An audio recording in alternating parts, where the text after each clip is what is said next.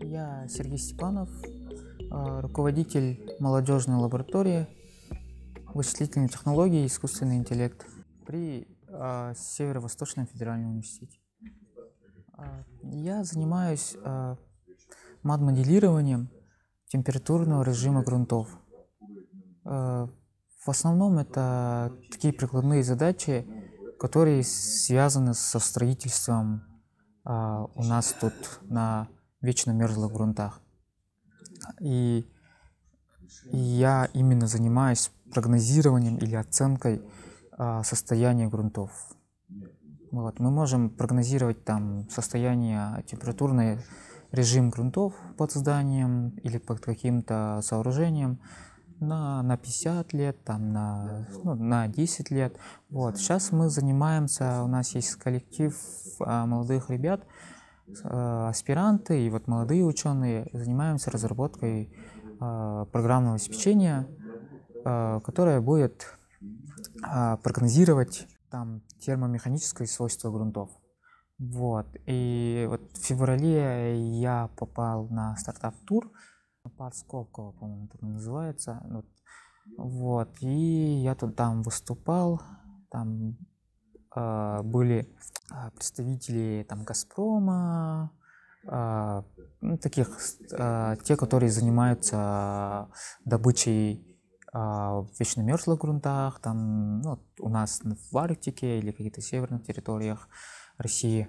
Вот. Им было, так сказать, интересно вот наши разработки. Мы сейчас разговариваем с Газпромнефтью, чтобы выйти на пилот нашего программного обеспечения. Также мы в последнее время очень много начали заниматься искусственным интеллектом.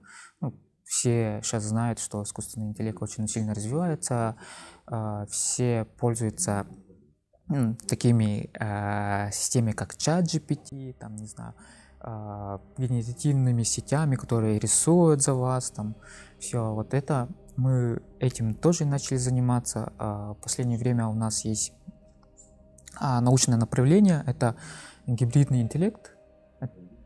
Получается, это взаимодействие математического моделирования, где есть физика, где можно описать физические процессы, и есть искусственный интеллект, методы машинного обучения, вот их как-то объединить и получить такой метод, так называемый гибридного интеллекта.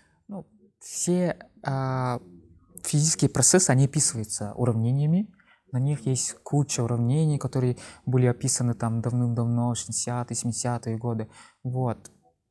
И рассматривая какие-то процессы, тот же растаивание там грунта, они описываются вот каким-то уравнением, которые уже существуют. Потом мы туда закладываем граничные условия, чтобы полностью описать данный процесс. Граничные условия — это как будет влиять там температура воздуха. Вот тот же грунт, это описывается тоже уравнениями, краевыми задачами, там все полностью описывается. Вот.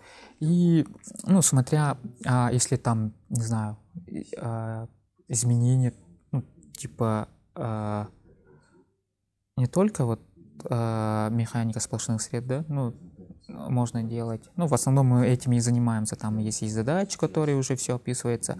По идее, все, что тут у нас есть, физические процессы, их описывают. Можно писать уравнениями, потом эти уравнения можно как-то аппроксимировать, чтобы решать задачи, так как решение — это одни цифры. Это система линейных алгебраических уравнений. Мы ведем к этому. У нас аппроксимирование — это же усреднение.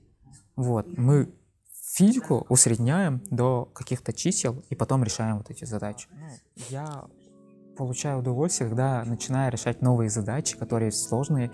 Их можно что-то новое придумать, и, там, описать. Над этой задачей можно посидеть, там, подумать очень долго. Вот такие задачи дают какую-то мотивацию, чтобы обучиться к новым ну, решать такие задачи мне дает какое-то удовольствие. Вот какие-то сложные задачи, над которыми можно посидеть, поработать. Ну, конечно, когда ты результат получаешь, это намного лучше, чем когда ты...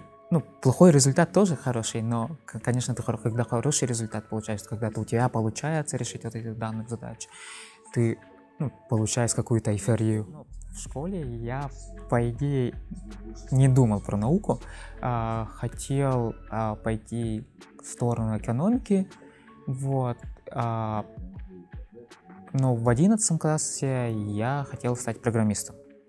Вот, но, к сожалению, я программистом не стал, я пошел к прикладной математике. Ну, в 11 классе я там встретил преподавательницу, которая работала в институте математики. Вот она посоветовала идти туда. Ну, говорили, что это, ну, хорошее направление, можно там заниматься, и там есть программирование, и там математика. Вот, и я так вдохновился и пошел в прикладную математику. Вот, и когда учился в прикладной математике, встретил профессора с Москвы, вообще Петра Николаевича, известный профессор. Вот, и потом встретились, он познакомил с аспиранткой Васильевой Марией Васильевной, вот, и потом Василием Ивановичем. Вот 3 человека, которые, ну, таких огромный толчок сделали, чтобы ну, стать таким, ну, пойти в сторону науки. Вот, на своих примерах вот Мария Васильевна показывала, вот Василий Иванович меня, ну, очень сильно помогает до сих пор.